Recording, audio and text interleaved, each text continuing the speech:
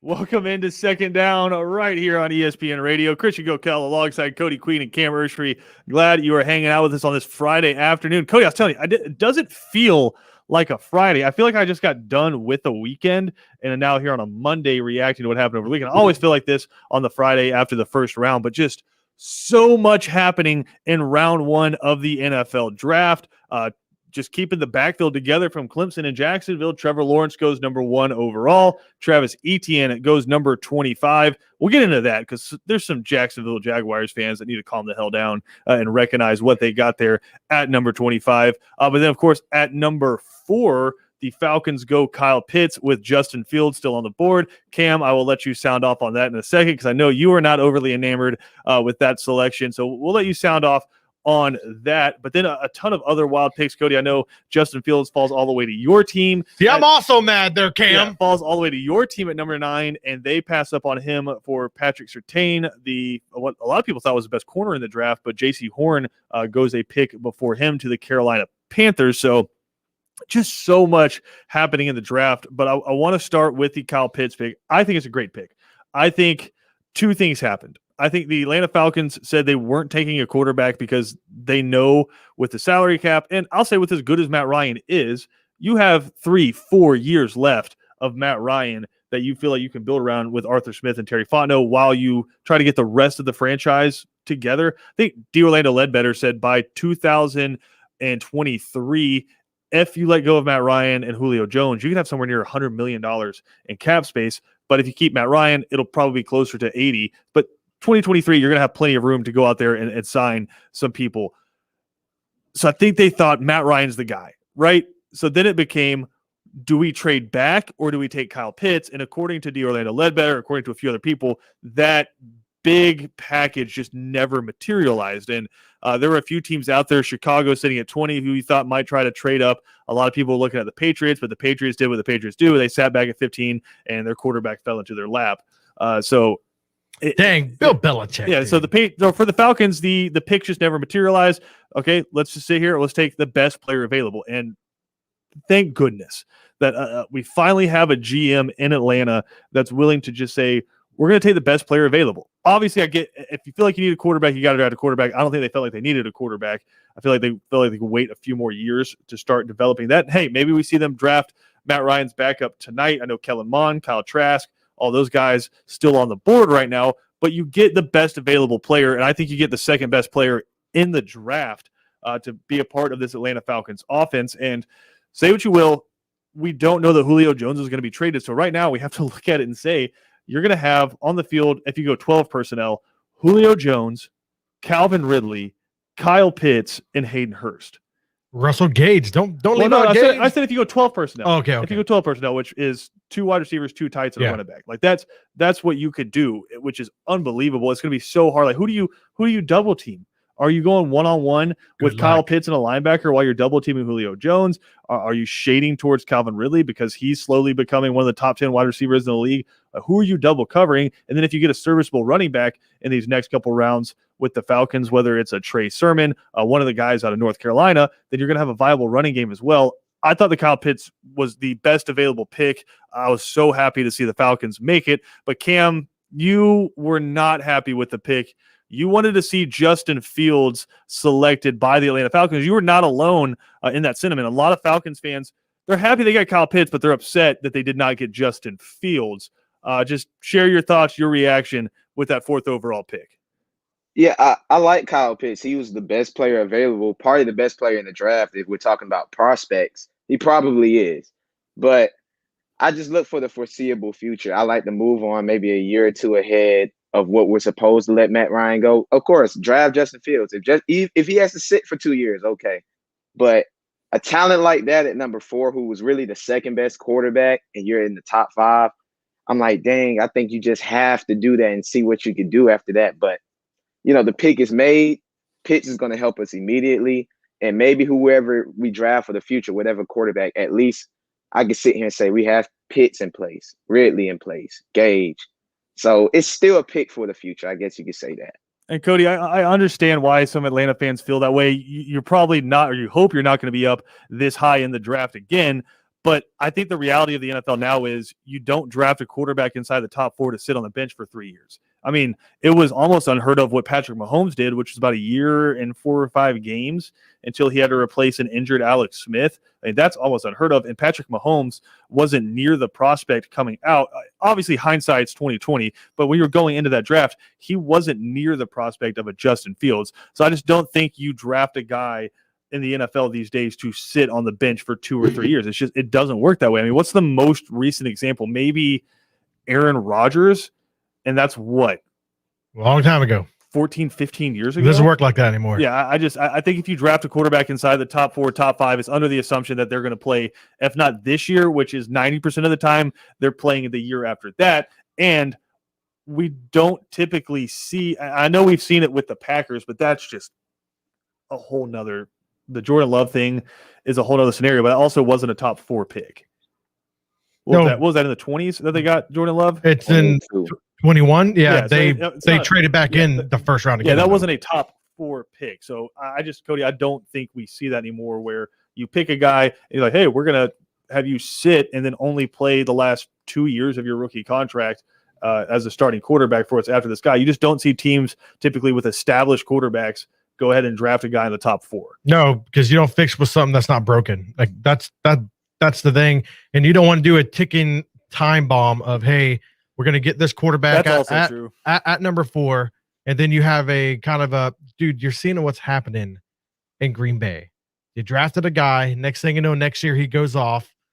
Matt Ryan could do the same. Matt Ryan has very high skill level. You do this, you kind of get screwed over. You know what I mean? Like, I think also from the fan base perspective too, it's like Matt Ryan could throw 30 touchdowns, but when he throws the 1 interception, you're gonna have half the stadium chanting for Justin Fields. Like that's just the situation you create when you draft one of those quarterbacks. And then, like you said, the other situation you create is instead of helping your quarterback, you draft his eventual replacement. So you're just creating a whole nother thing inside the locker room. And Brett Favre said it. He said, my job isn't to get my backup ready. My job is to make this team a winner. Yep. And so it's like, I'm not trying to project Brett Favre onto Matt Ryan.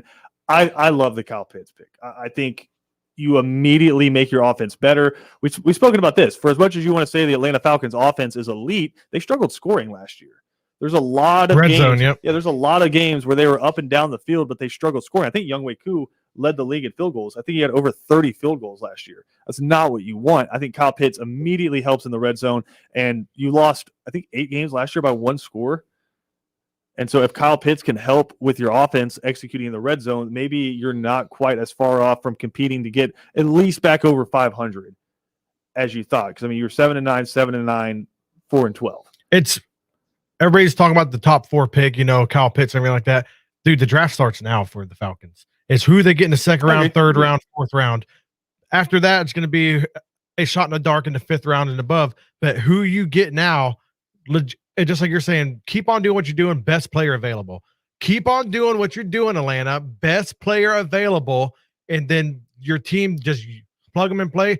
Most likely defense, or even if you get a good offensive line, you know what I mean? Like, try to lean towards that way. Yeah. But there's not a very big, deep class for like defensive line, which what you're really going for right now is like corners. It's crazy as maybe offensive line. Falcons' biggest, if you want to go position of need, is not defensive line. I think it's corners. I think it's safety.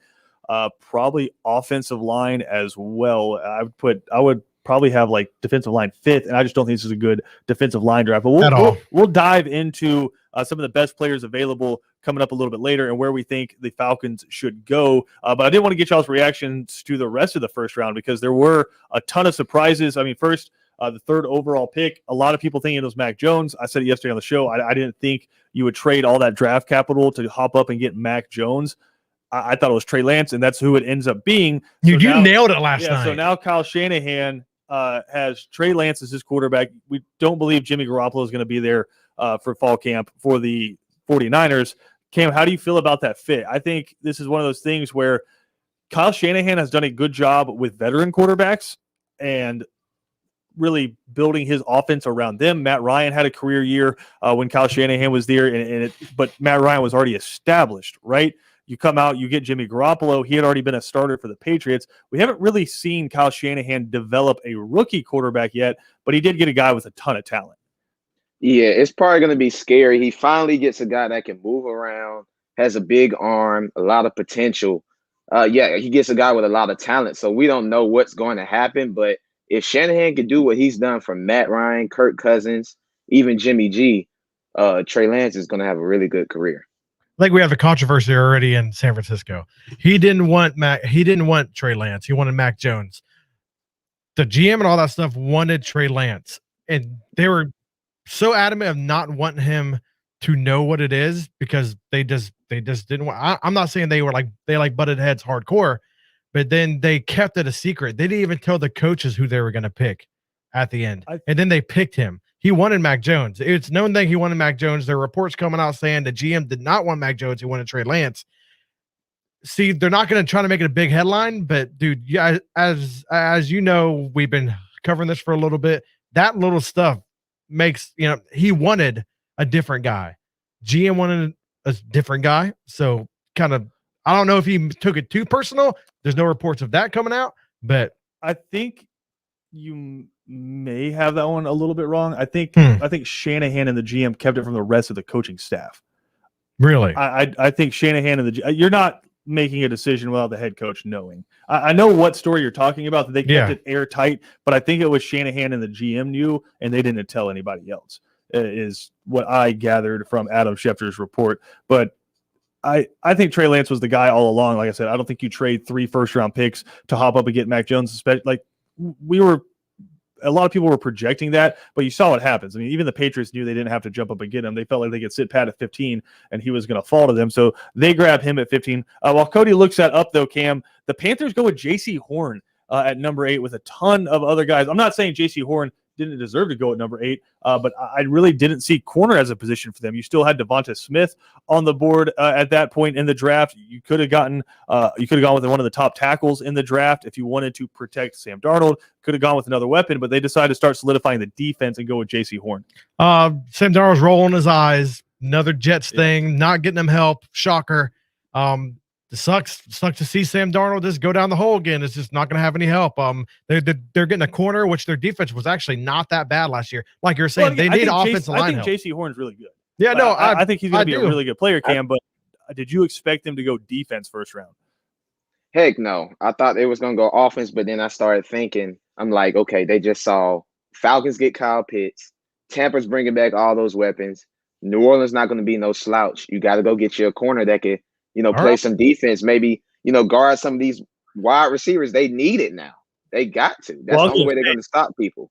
In this in their own division, right, Cam? I mean, you think about the wide receivers they have to go up against: Michael Thomas, Julio Jones, Calvin Ridley. Now you add Kyle Pitts to that. Go down to the Buccaneers. You have Mike Evans, Antonio Brown, Chris Godwin. Like, yeah, you need as much help as possible. Yeah, they do. So I seen the pick at first. I was like, Smith is on board. This is a weapon. And then I seen J.C. Horn. I said, hold on, this is a physical corner, could tackle. He's going to be good. You could plug him in day one. And I'm like, okay, they're preparing for these weapons they have to play against this year. That makes sense. I didn't even think of it that way, guys. Didn't even think of that way. You open my eyes. This is some of the best receivers in any division there is in the NFL. Yeah. So that makes complete sense to try to get a lockdown corner to try to get some safety instead of getting scored on 50 points a game. You know what I mean? So they're trying to definitely minimize that. Yeah. I want to ask if you guys, just some head scratchers here, if you think they're a head scratcher or you think they were actually a good pick. We'll start with the Broncos. Passing on Fields and taking Patrick Surtain. Is that a head scratcher to you, or is that a good pick? I mean, I guess maybe they're still in the Aaron Rodgers race, even though the Packers GM came out this morning and said that they are not trading Aaron Rodgers. I thought that was an interesting pick. I guess you still have Teddy Bridgewater and Drew Lock there, and you got what a lot of people consider to be the top corner in the draft. But is that a head scratcher to you, Cam? I already know what Cody's reaction was. Oh yeah, I text Cody. I said, "Wow, I just didn't understand the pick." Maybe they're looking at it just like Carolina is. We got a lot of weapons to play against in that AFC West. So that's the only logical thing I could think of. We had Justin Fields, man. We've been going through this quarterback carousel for like ever. And we have the guy we could have had. Everybody's like, well, we might get Aaron Rodgers. That's a big might, dude. Huge. That's a big might. And you got Teddy Bridgewater on a 1-year contract. We have Drew Lock with 2 years left. So we don't have a quarterback that's more than 2 years left on a contract. And we are not passing up on a generational type of guy like that. And I always said, if we don't get Fields, Surtain and Micah Parsons are the ones I want. So we did get Surtain. I agree with that. But then I said that before we got Kyle Fuller. So we just got Kyle Fuller from the Bears. And now we're getting another corner. Be a lot of a linebacker we could have helped. Games out in Denver. Yeah, so we could have used a Micah Parsons, something like that. But man, Justin Fields didn't like it. I was pretty irritated. I was pretty mad. He's a great player. It's a great graded freaking pickup. We have a top 3 defense, going to continue to be top 3 now. But our offense, we're literally only missing a quarterback, and we missed up and passed on the one position that we really need. You still got a chance to grab one tonight again. Kellen Mond, Kyle Trask. I love Kyle Trask. Yeah, guys like that still on the board. Sticking kind of with that Aaron Rodgers thing, Green Bay's on the board at 29. A lot of people think they go with one of the best receivers left in the draft, maybe an Elijah Moore right there, and then they go with Eric Stokes, the corner out of Georgia, who a lot of people had projected as kind of like a mid-second round pick. They go ahead and grab him towards the bottom of the first round. 4.2 speed. I think he's a ball hawk, a really intelligent player as well back there on the defense. And Green Bay's had a good history recently of drafting corners. Jair Alexander immediately comes to mind for me. But this, to me, Cam, kind of seemed like a bleep you to Aaron Rodgers. Like, you think we're going to get you help when you're out here saying you don't want to come back? Nah, we're just going to go ahead and load up the defense. Yeah, their last 8 first-round picks, 7 of them defense. The only one offensive player was his replacement, Jordan Love. So, of course, that's what the Packers do to Aaron Rodgers. It's messed up.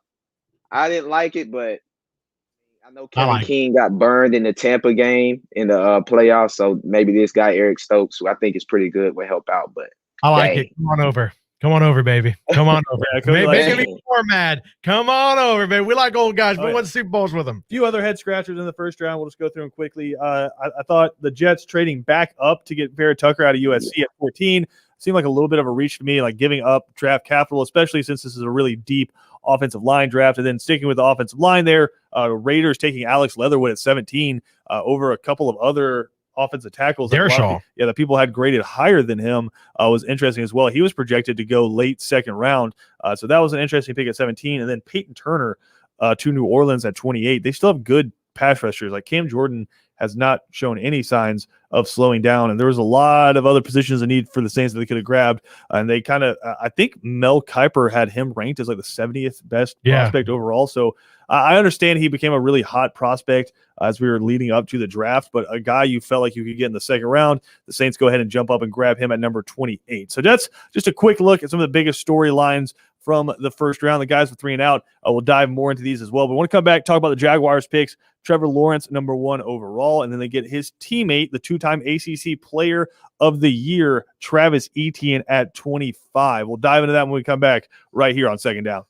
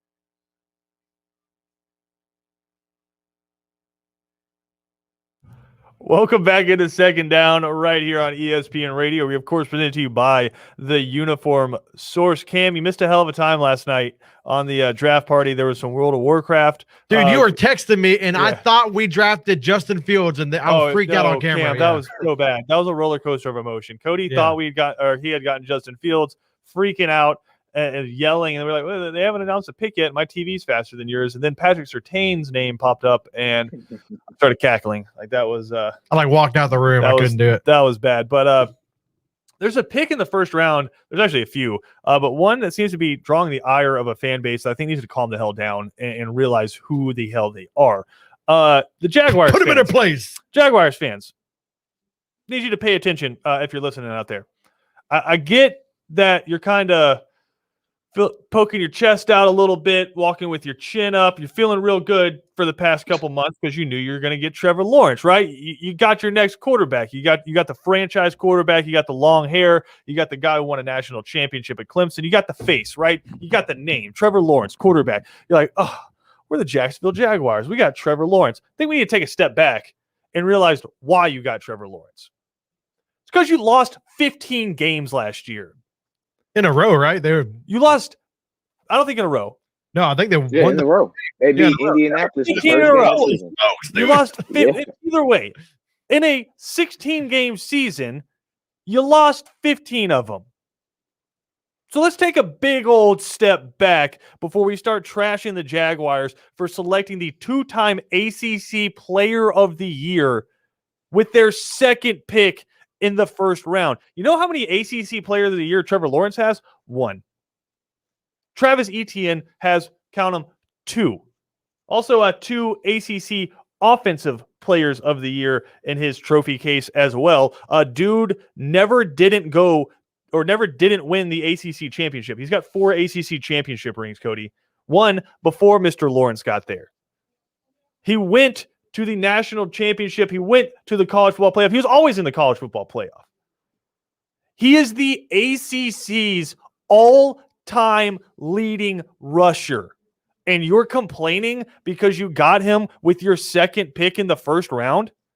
No. I'm soapboxing here. Okay, go ahead. I'm soapboxing here. We'll talk about it. I'm soapboxing here right now. ACC all-time leading rusher. And you think about the different running backs that have come through the ACC, he's got more rushing yards than all of them. He was a force in the national championship game, Trevor Lawrence's freshman year, when they smoked Alabama. He was a force in that game. And what are the excuses I'm getting from Jaguars fans? Well, you don't draft running backs in the first round. We already have a running back. Listen, James Robinson, big fan of him. Had over 1,000 yards last year. We just rocking with one running back right now? Well, that's all they had anyways. No, but we just rocking with one running back in the NFL. That's what wins championships, just having that one guy to give the ball to. Is that what we're doing now? Just wasn't a position of need. You lost 15 games last year. Every position is a position of need.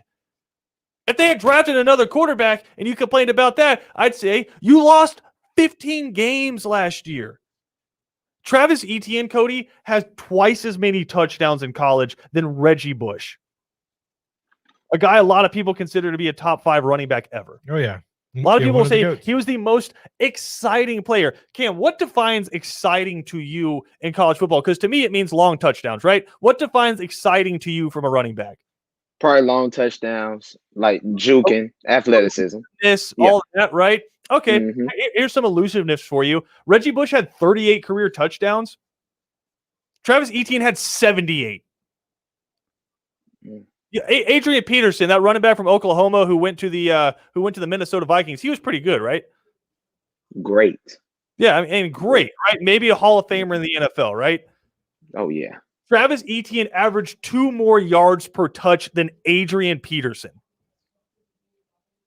And we want to complain that you got him with your second pick in the first round. Keep complaining. You're Jaguars fans. Your team is abysmal. Your franchise has been meaningless in the history of the NFL. And now you're starting to get players that come from winning teams, winning programs to come in there and try to flip your franchise around. And you're going to complain?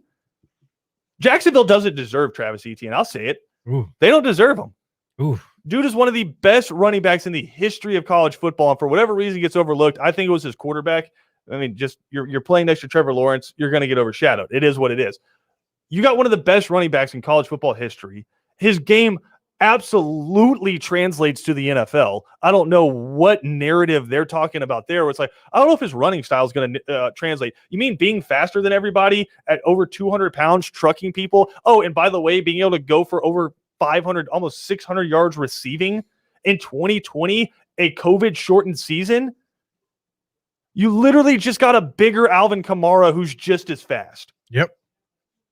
It's like, oh, well, we got James Robinson. So we're rocking with one running back now. That's what we're doing.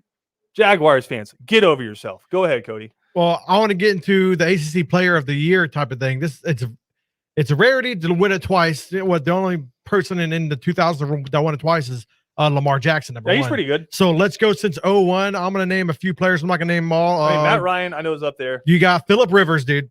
Calvin Johnson, Matt Ryan, CJ Spiller. You got Taj Boyd. You got Deshaun Watson, Lamar Jackson twice. I think Jameis Winston won. Jameis Winston's one of them. Yes, and dude, James Conner, Matt Schwab. Saying like if you win that award and you win it, I love Matt Schwab. And you win it twice. You win it twice.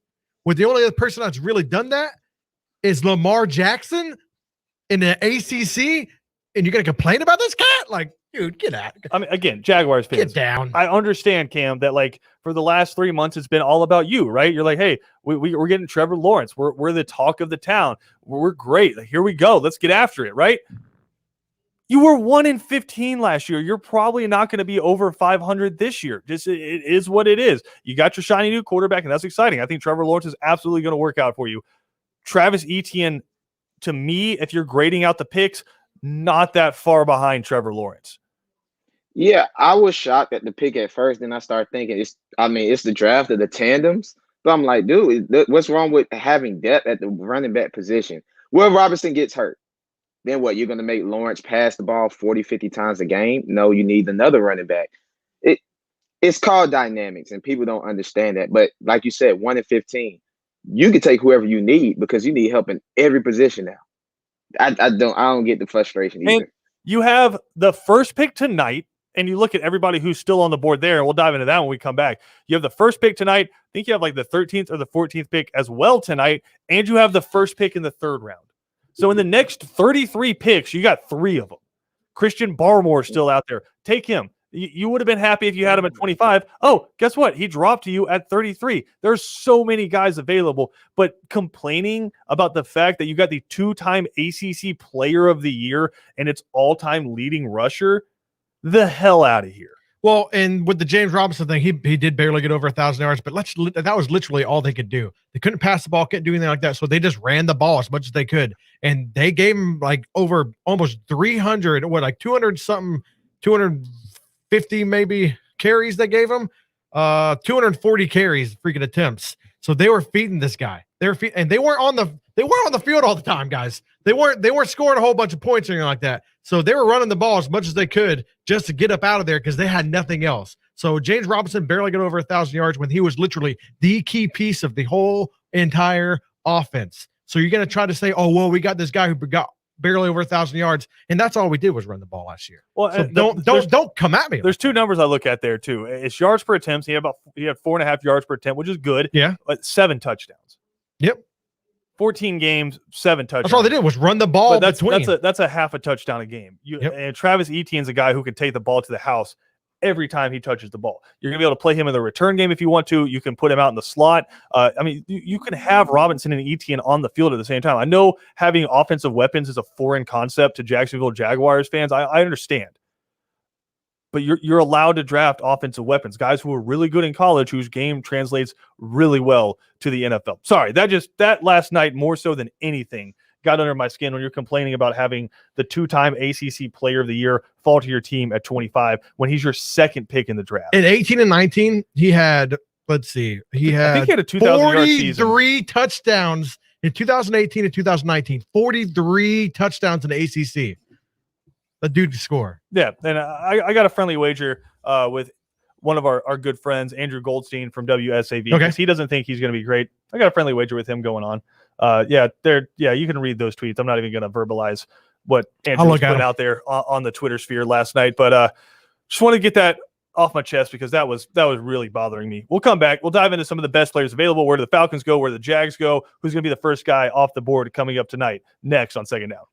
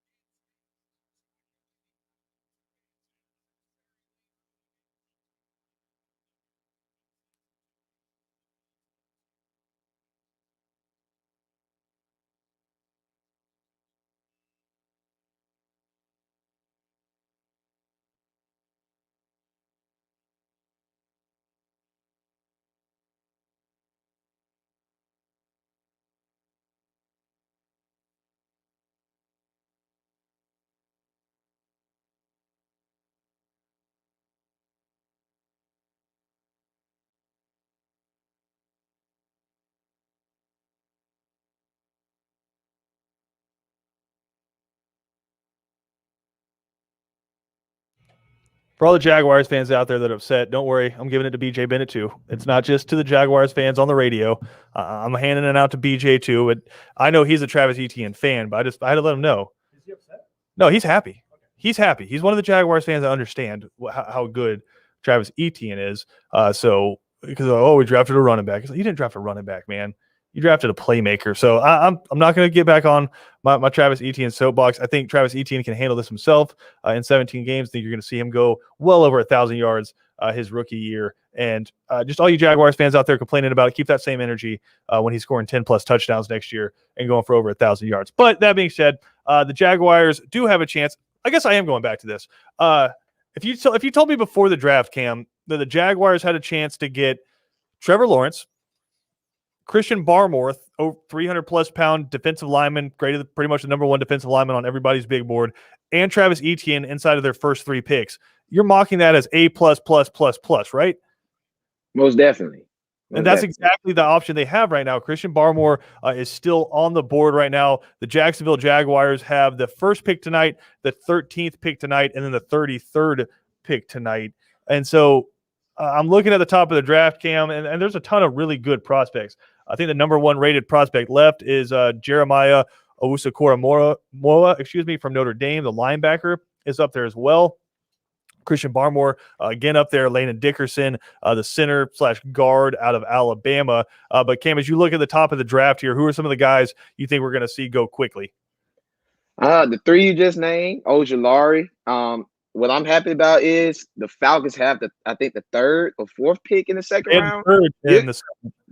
They're going to have a chance to get one of those 4 guys. I'm praying it's Barmore so we can have somebody help Grady Jarrett, but I'm excited. And I know the Falcons have 3 5th-round picks. They may be able to move up to the 2nd or 3rd round pick with 2 of those 5th-round picks. So I'm excited. Cody, who are some of the guys you're looking at? Elijah Moore is still out there. Very good wide receiver out of Ole Miss. Asante Samuel Jr. I feel like he'd be a good fit for the Falcons. That'd be a very good pick. Same with if they got Barmore, I would not be I'm mad about that for the Falcons. His best player available almost what the Falcons are going to do. I feel like the GM's really almost shown that, hey, best player there, we're going to grab him. Okay, I think the Falcons are very much in the same boat outside of wide receiver and quarterback that the Jaguars are. You literally need every position. Yep. You need defensive linemen, you need linebackers, you need safeties, you need corners, you need everything. I can see them getting Tevin Jenkins from Oklahoma State. Wouldn't hate that. There's only reason I would say they wouldn't grab Tevin Jenkins is because they need interior offensive line more than they need exterior. Yeah, I think they like the tackles they have right now. I guess they're still waiting to see with Matt Hennessy if he can be the guy who's going to replace Alex Mack, who's moved on. But I'm just looking down. I think some realistic guys you could see for the Falcons, Asante Samuel Jr.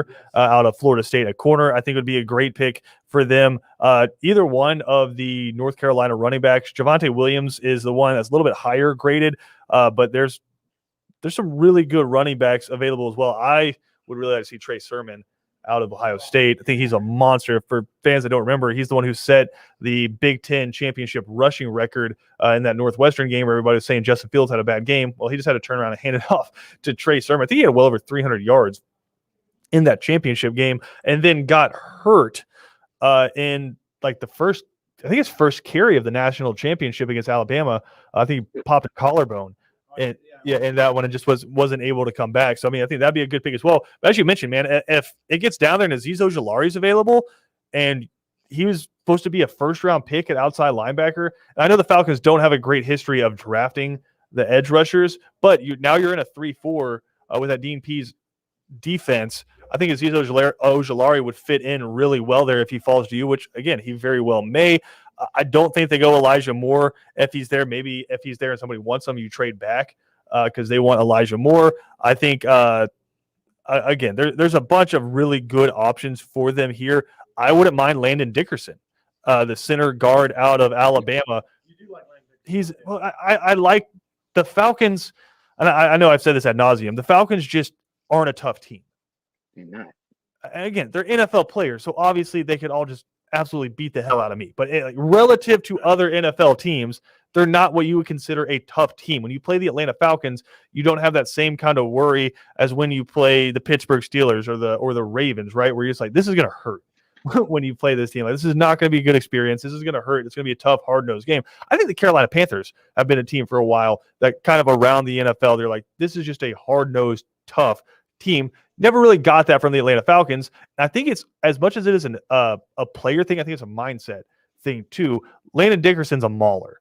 And he just kind of has that raw energy. The whole Alabama offensive line kind of did. Alex Leatherwood had it too, where it's if they pick you up as a middle linebacker and deposit you 10 yards downfield, they're going to let you know about it a little bit, right? I think that's awesome. Landon Dickerson's got the personality. He's the one that was like kind of army crawling behind Mac Jones while he was doing his pro day interviews. He's got some personality. I would love to see Landon Dickerson there. Carlos Basham, the defensive end out of Wake Forest, I think he might be a little bit of a tweener for this 3-4 because he's about 270, 280, which works well if you're in the 4-3 and he can be a weak side defensive end. But where do you put him in that 3-4? Because in a 3-4, you're looking for your defensive ends to be around 300 pounds, and your outside linebackers going to be a little bit more slender so they can get after the passer or drop back into coverage if you need them to. So I think he might be a little bit of a tweener. Another Georgia guy, maybe Tyson Campbell. Yeah. Whoever gets him is going to be a steal. Yeah, I mean, 4'4", 4'3" speed, about 6'2", 6'3" long, and just a little bit more raw, Cam, than Eric Stokes. And you never really saw him develop the ball skills while he was at Georgia, but you absolutely see the athletic traits there from Tyson Campbell. Yeah, give my top three guys: Dickerson, Barmore, Tyson Campbell. Give me one of those three. We're good to go. All potential, coming from good programs. But those two Alabama kids, wherever Nick Saban brings to the NFL, give it to me because it's always successful and they know what they're doing. And again, you have the third pick. So I think the Jaguars probably go Barmore if I had to guess. The Jets, again, a team that kind of needs everything. They got an offensive lineman and their quarterback in the first round. Where do you guys see the New York Jets going right now? Because that would kind of dictate, I think, where the Falcons go now with that third pick. Just according to ESPN.com, they need running backs, corners, and defensive ends. I'm going wide receiver. So, yep, I'm going wide receiver. I do like Elijah Moore, but I really feel like they could get a Terrence Marshall. I really feel like you like Terrence Marshall, yeah. Terrence Marshall. I really love him. Also, I'm big into the LSU guys. Like Cox is still on there. Yep. It's going to be a good second round, third round pick. There's a couple of LSU guys out there that are good. I think Terrence Marshall, he might be a Jet, and it'd be a great pick. If they get more, I understand. A great player. But dude, Terrence Marshall has been playing with them dudes out there in the SEC West. So has homeboy, but dude, he's been playing in big games. He's been on that team for a minute. You know, he's been in the spotlight. And he's the LSU type. Well, and Elijah Moore a little bit undersized. He's 5'10". Terrence Marshall's about 6'3". So just a different style. And Terrence Marshall is an absolute burner at wide receiver. Tutu Atwell from Louisville is available as well, but Utah undersized, about 5'9". Rocking in there at wide receiver. I think he might end up being a return specialist, but the dude is a monster there. You know, so I mean, Rondale Moore still out there, Cam. I know college football fans remember him from his freshman year, where he absolutely devastated, I believe, #1 Ohio State in that game and really put his name on the map. But again, Jaguars with the first pick, Falcons with the third pick, Jets sandwich in between there. If I had to dream scenario it for the Falcons, I think you're right, Cam. I think both of those teams pass on Barmore and he falls to the Falcons, and you can get Grady Jarrett, someone to play alongside him. And if you think about it, then you could potentially have a starting three on the defensive line of Marlon Davidson, Grady Jarrett, and Christian Barmore. And you could kick Christian Barmore into that nose tackle position and let Grady Jarrett kind of play that strong side defensive end where you can let him rush the passer more than when he's had to deal with the guards and centers his whole career. He can get out, kind of get on a tackle and double team some guys with whoever your edge rusher is, like Dante Fowler's there. I think Christian Barmore is there. If Barmore's gone, I'd love to see Azeez Ojulari or the best corner that's there, Asante Samuel Jr., Tyson Campbell. One of those guys. I do think you can go defense here and then maybe get after a running back in the third round. For the love of God, don't draft a quarterback. There are too. If you're looking for a backup, there are too many good vets in the NFL right now, and I think there are some guys later on that you can pick up fourth, fifth round. I think Ian Book. All of the quarterbacks that have ever come through Notre Dame, none of them have more wins than Ian Book. And so, I mean, if you pick him as a backup for Matt Ryan, I think that's a fine pick later on in the draft. Just these next couple rounds, let's go defense. Let's get a running back, and let's see if we can become competitive in the NFC South. We'll come back. Final segment of Second Down up next.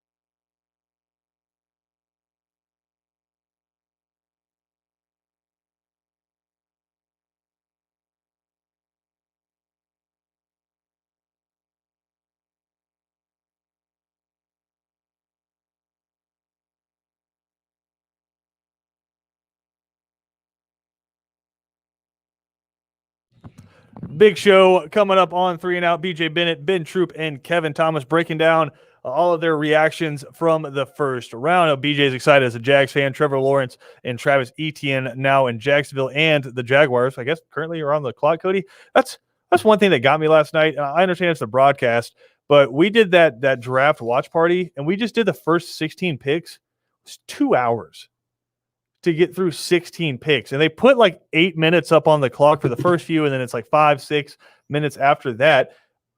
But that math doesn't work out, Cody.